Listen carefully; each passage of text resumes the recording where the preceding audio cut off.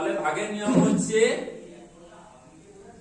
180 কে যখন আমরা 9 দিয়ে ভাগ করব তাহলে কি করতে হবে, এখানে একটা অঙ্ক সংখ্যা এখানে একটা অঙ্ক সংখ্যার মধ্যে চিন্তা করতে হবে। দিয়ে দেখতে পেলাম যে একটা হচ্ছে ছোট, কার থেকে, 9 এর থেকে এক ছোট, অর্থাৎ একের মধ্যে 9 থাকতে পারে না। একের মধ্যে 9 থাকতে পারে না। তখন কি করতে হবে, এখানে দুটো অঙ্ক সংখ্যা নিতে হবে, 18 করতে হবে। 18 মধ্যে 9 থাকতে পারে। এবারে 18 মধ্যে 9 কতবার থাকবে সেটা 9 এর নামতাতেই আছে।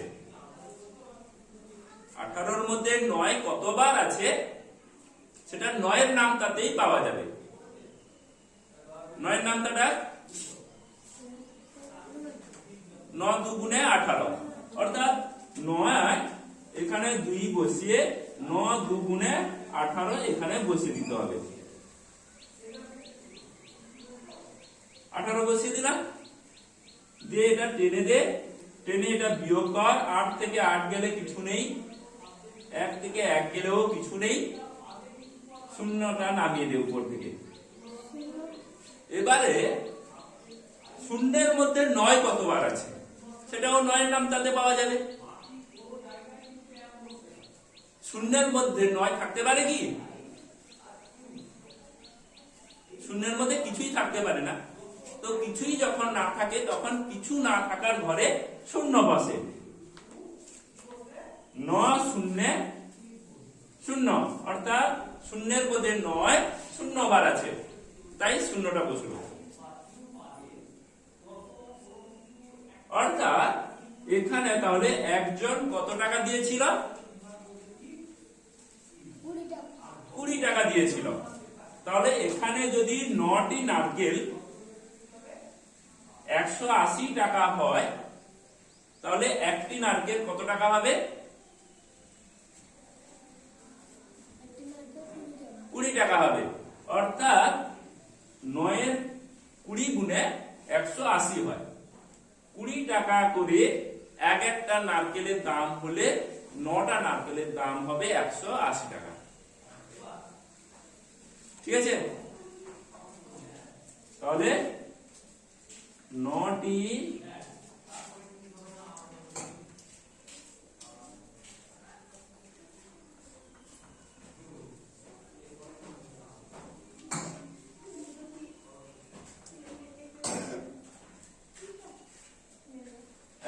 টাকা একটি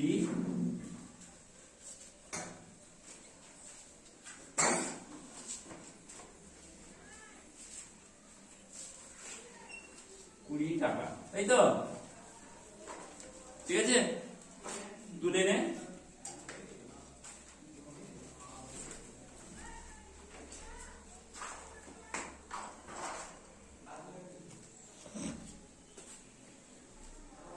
তাহলে এখানে 3 কেজি মাছের দাম 240 টাকা, 1 কেজি মাছের দাম কত? এখানে 3টি সংখ্যা আছে, তাই তো? 1 কেজি 1 কেজি 1 কেজি, 3 বার কিনলে 1 কেজি করে 3 বার যদি কেনা হয় তাহলে 3 কেজি হয়। তাহলে 1 কেজি প্রথম মাছ কিনবো, তার জন্য কত টাকা দেব? তারপরে আবার 1 কেজি মাছ কিনবো, কত টাকা দেব? আবার 1 কেজি মাছ কিনবো, কত টাকা দেব? প্রতিবারে সমান মাছ কেনা হচ্ছে, 3 বার 1 কেজি করে সমান মাছ কেনা হচ্ছে, তাই তো?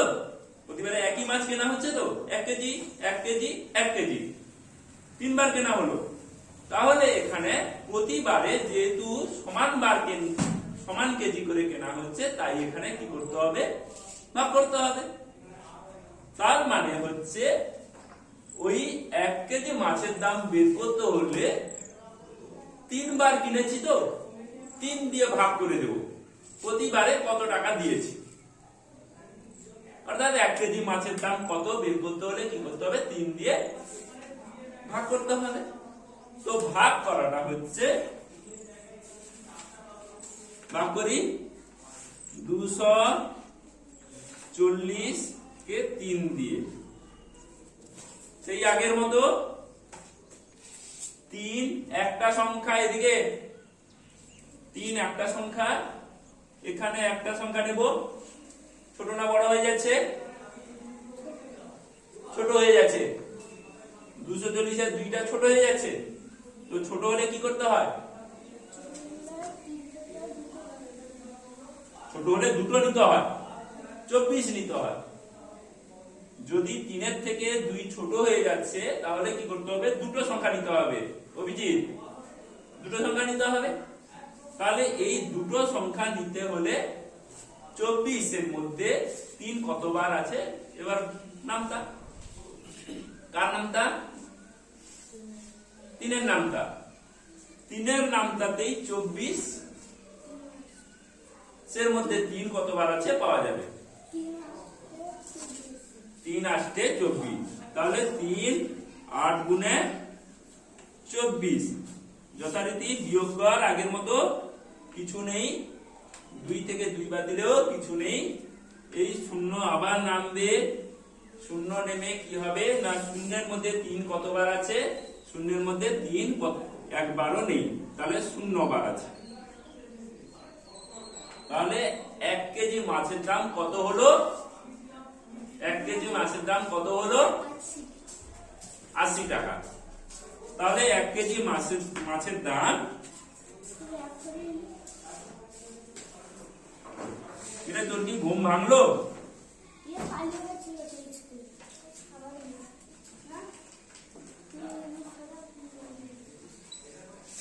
1 কেজি মাছের দাম কত টাকা?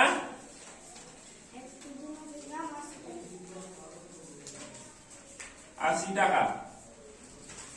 এবারে দেখ, এই যে 80 টাকাটা, অঙ্কটা ঠিক আছে কিনা দেখতে হবে।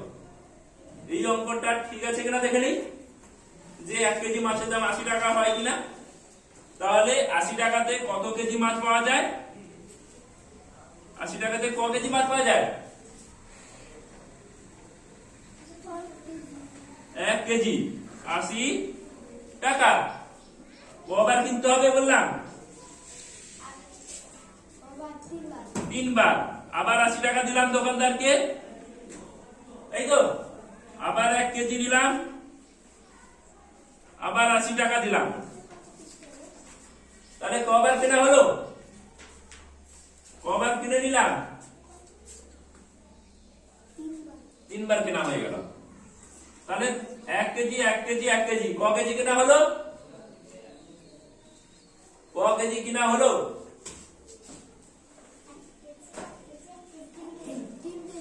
3 কেজি কিনে নিলাম। 3 কেজি মাছ কিনে নিলাম। 3 কেজি মাছের দাম কত? না 80 টাকা, 80 টাকা, 80 টাকা। কত হবে? যোগ করে দে, 0 8 8 16 8 কত হয়? 16 আর 24 হয়। দেখে নে, 240 টাকা হয়েছে। 3 কেজি মাছের দাম তো 240 টাকা ছিল, দোকানদার ঠিক দামই পেয়েছে। তাহলে 1 কেজি মাছের দাম কত হলো? 80 টাকা। ঠিক আছে?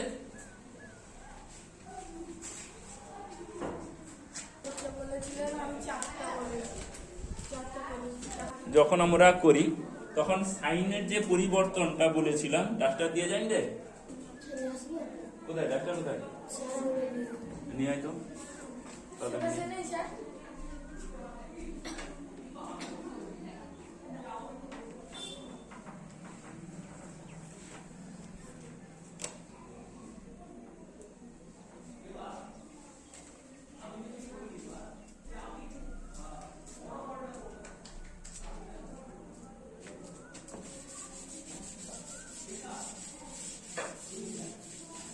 এটা খাতায় তুলে নে।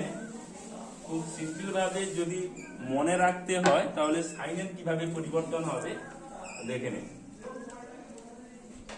আমরা যখন গুণ ভাগ করি তখন দুটো সংখ্যার মধ্যেই হয়, ঠিক আছে? দুটো সংখ্যাকে হয়। যখন আমরা গুণ করি একাধিক সংখ্যা থাকতে পারে, কিন্তু আমাদের যখন গুণটা করতে হয় একসাথে কিন্তু সব সংখ্যাকে গুণ আমরা করি না। প্রথমে দুটোতে করি, যদি তারপরে আরো সংখ্যা থাকে সেই গুণফলটা পরের সংখ্যার সাথে আবার গুণ করি, তাই তো। তো মোট কথা হচ্ছে আমরা যখন গুণটা করি দুটো সংখ্যার মধ্যেই গুণ করি, ঠিক আছে। তো এই দুটো সংখ্যার মধ্যে গুণটা কিভাবে পরিবর্তন হয় আমি শুধু চিহ্নের পরিবর্তনটা দেখাচ্ছি। গুণ ভাগের সময় আমরা চিহ্নের কিভাবে পরিবর্তন করি। ধরে নিলাম এটা প্রথম সংখ্যা, ঠিক আছে, প্রথম সংখ্যা, এটা হচ্ছে দ্বিতীয় সংখ্যা, এটা হচ্ছে গুণফল বা ভাগফল। গুণফল বা ভাগফল দুটোর ক্ষেত্রে একই নিয়ম, দুটোর ক্ষেত্রে একই নিয়ম বলে দিয়েছি আগে, তাই চিহ্নের পরিবর্তনটা আমি দেখাচ্ছি।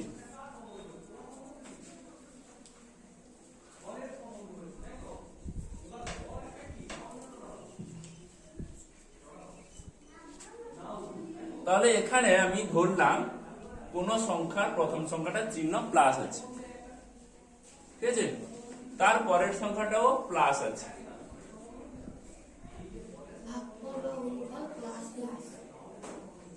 এটা প্লাস হবে, ঠিক আছে, এটা ছেড়ে দিলাম।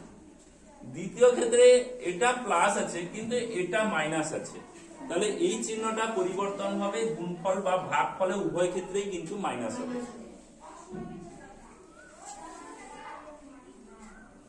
তারপর ধরলাম এটা মাইনাস আছে কিন্তু দ্বিতীয় সংখ্যাটা প্লাস আছে,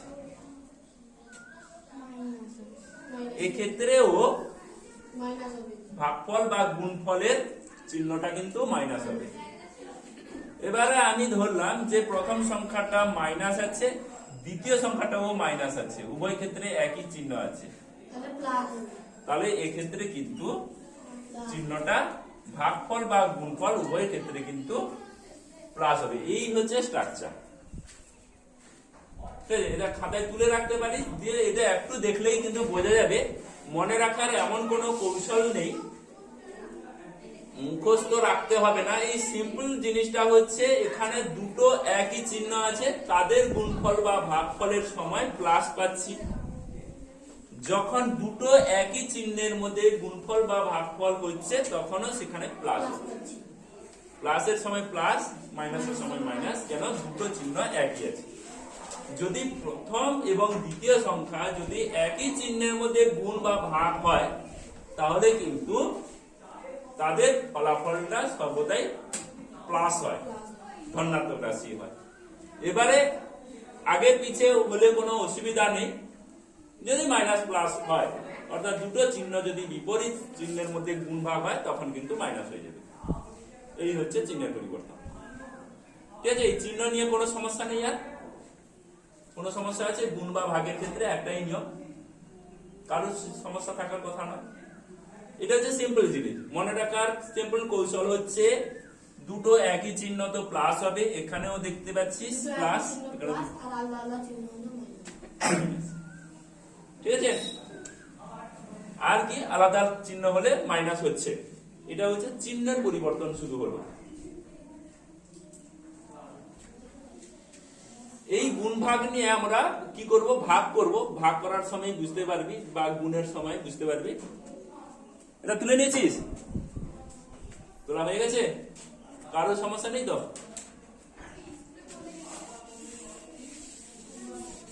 আমি এবার গুণটা করছি।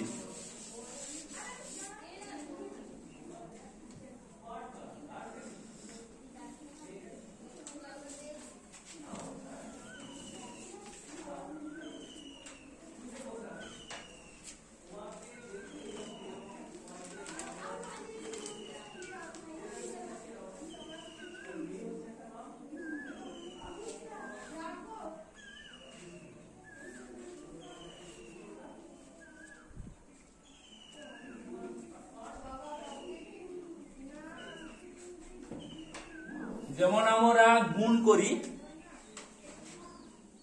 একক দশক শতক হাজার বলে লিখি, তার নিচে আর সংখ্যা বসিয়ে গুণ করি। প্রথমে একটা সংখ্যা দিয়ে সবার সাথে, তারপরে আবার দশক ঘরের সংখ্যা দিয়ে সবার সাথে গুণ করি না? ঠিক একইভাবে এটাও গুণ করব। কিন্তু এই ক্ষেত্রে একটা জিনিস মনে রাখতে হবে, এগুলো হচ্ছে পদ। আগেও বলেছি যেখানে কোনটা 2x square plus 7x minus 5 গুণিত, এটা গুণ করা হচ্ছে, গুণ, এটা গুণ করা হচ্ছে, গুণ করব। ফুটকি দিয়ে কখন করা হয়? তখন যখন আমরা একটা সিঙ্গেল সংখ্যাকে, ধর বীজগণিত, বীজগণিতে আমরা এটাকে ইনটু বলি, এটা 2.3 নয়, এটা হচ্ছে 2 × 3 বা 2 × 3a, ঠিক আছে? এটা বীজগণিতের ক্ষেত্রে এটাকে ইনটু বলা হচ্ছে। এখন আমরা পুরো সংখ্যাটাকে গুণ করছি। তো এই ক্ষেত্রে বিনালি এটা ছবি নিতে হবে, এটা ছবি নিতে হবে। হ্যাঁ, ওখান থেকে তোলো তো, ওই কোণ থেকে, এই কোণ থেকে ওটা তোলো, আর একটা আমার পেছন থেকে এইদিকে তুলে নাম, দুটো ছবি।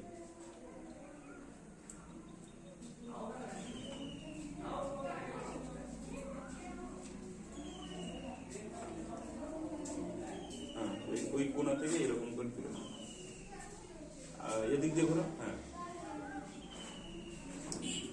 আচ্ছা, তাহলে আমরা গুণ করব সেইভাবে একই নিয়মে, যেরকম করে আমরা বড় সংখ্যার ক্ষেত্রে গুণ করতাম, সংখ্যার ক্ষেত্রে এখানে বীজগণিত রাশিও একই ভাবে গুণ করব। আমি গুণের দুটো পদ্ধতি দেখিয়ে দেব, যেটা তোদের সুবিধা হবে সেটা ধরে নিবি ক্যাচ করে।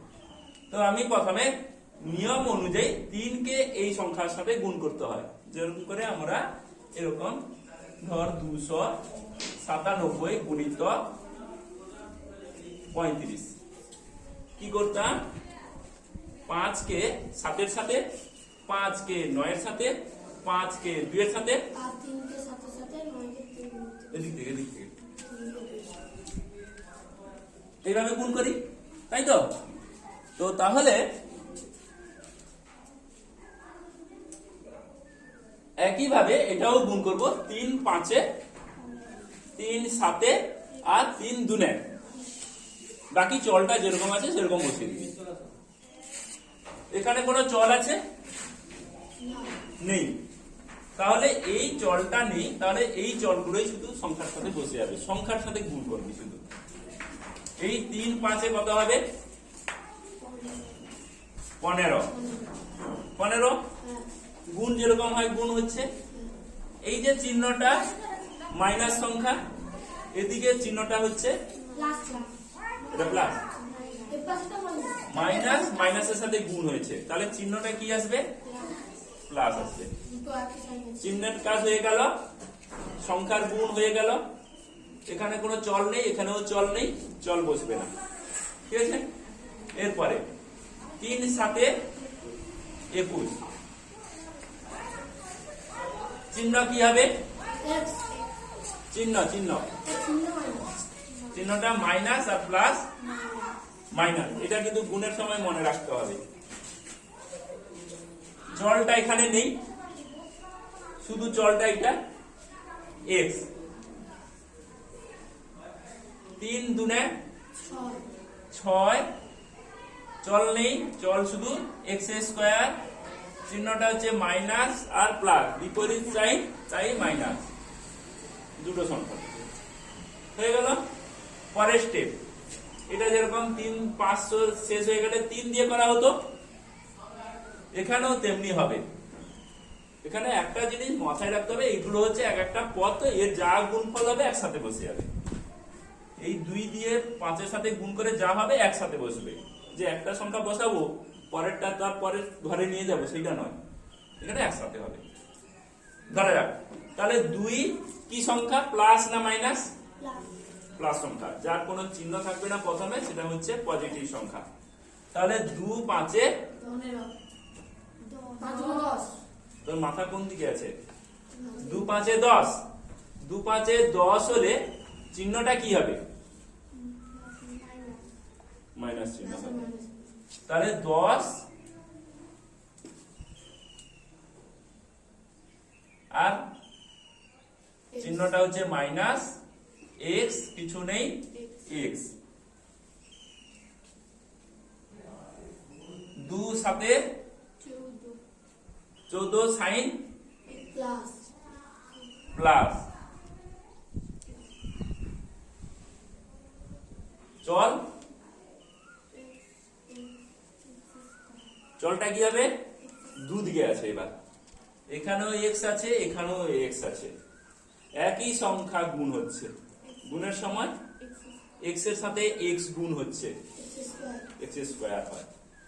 একই দুটো সংখ্যা গুণ হলে তার মাথায় স্কয়ার বসে, তাই তো?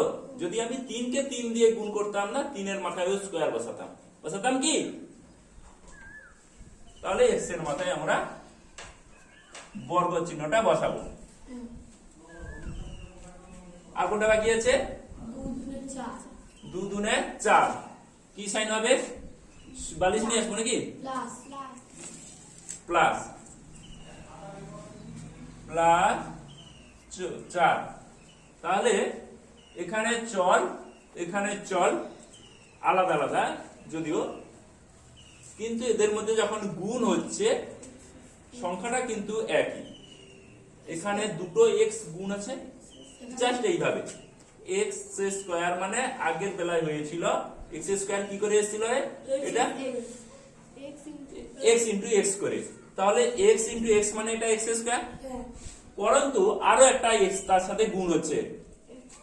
একটু আগে শুরু করার আগেই বলেছিলাম, যখন আমরা গুণ করি একসাথে আমার 4টা সংখ্যা গুণ দেওয়া আছে না, যখন আমরা গুণ করি দুটো সংখ্যাকেই গুণ করি, দুটো সংখ্যাকেই গুণ করি। তো দুটো সংখ্যাকে প্রথমে গুণ করার পর সেই গুণফলটা পরের সংখ্যার সাথে গুণ হবে। আবার যদি আরো একটা সংখ্যা থাকে সেই গুণফলটা আবার পরের সংখ্যার সাথে গুণ করি।